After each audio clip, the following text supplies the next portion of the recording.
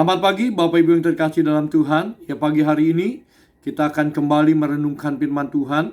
Nah, di dalam hidup ini saudara, biasa kita mengalami yang namanya clash antara satu dengan yang lainnya. Ya, istri dengan suami, anak-anak dengan orang tua, mantu dengan mertua, saudara ya, atasan dengan bawahan di kantor, teman, saudara. Itu dalam hidup ini pasti sering kita alami terjadi dalam hidup kita. Permasalahannya di sini adalah ada orang, saudara, yang ketika dia dilukai, ketika dia mengalami satu gesekan, dihianatikah, didustaikah, difitnahkah, ada orang yang terluka dan terus disimpan dalam hatinya. Namun ada orang, saudara, yang sudah mengerti tentang hal ini. Ketika mereka disakiti, dilukai, dia tidak akan biarkan kebencian, luka itu ada di dalam hatinya. Dia merilisnya dan mengampuni setiap apapun yang pernah orang perbuat dalam hidupnya. Ini bagus, ya. Karena di dalam hidup kita ada yang namanya tabung emosional, saudara. Kalau seandainya tabung itu terus diisi dengan hal-hal yang tidak baik, ya, diisi dengan kebencian, luka, batin, dan lain-lain, dalam titik tertentu tabung itu akan penuh dan tidak bisa lagi untuk menahannya. Maka kita akan meledak dan gampang sekali sensitif, menjadi orang yang emosional, yang mut-mutan, yang tidak akan pernah bisa mencapai titik kemaksimalan kita.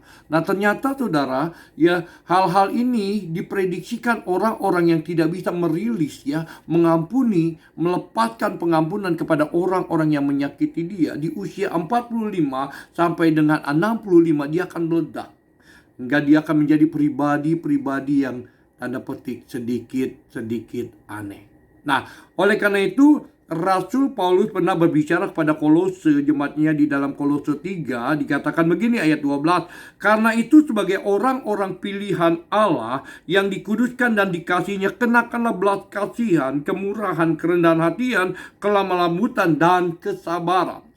Jadi di sini Rasul Paulus mengajak setiap orang-orang yang dipilihnya, ya, dari manusia lama menjadi manusia baru, di mana setiap orang-orang yang dipilihnya itu untuk mempergunakan hidupnya, ya, yang ada hari ini benar-benar maksimal di hadapan Tuhan. Dengan cara apa? Dengan cara supaya setiap mereka pribadi lepas pribadi mengenakan pertama belas kasihan.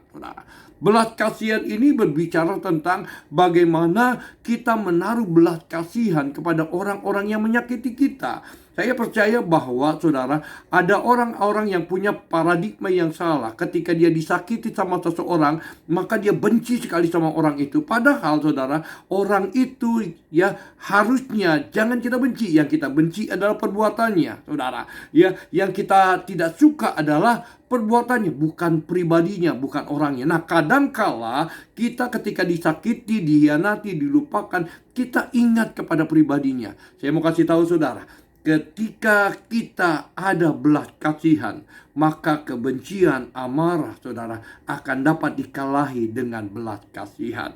Karena itu kan pribadinya, tetapi dosanya yang harus kita hancurkan. Selamat pagi, Tuhan berkati kita semuanya. Shalom.